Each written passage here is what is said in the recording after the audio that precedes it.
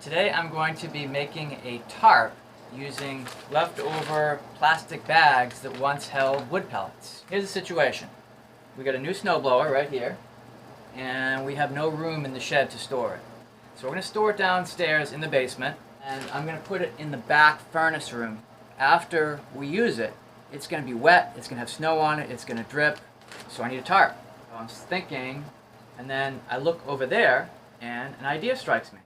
Here's our pellet stove, a row of bags. Next to the row of bags is a bag of used bags.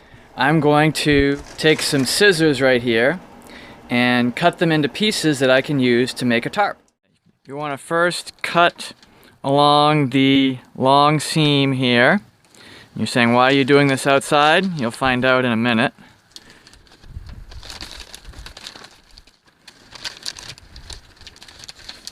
And then cut along the short seam.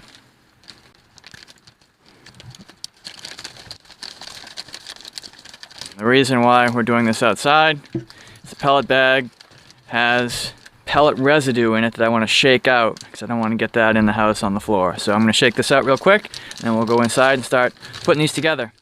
This is the floor space that I need to cover. This is where the electric snowblower will be stored. And I also want to make a runner to cover this piece of carpet. Okay, the next step is to attach the pieces together with duct tape. So put that there, across there.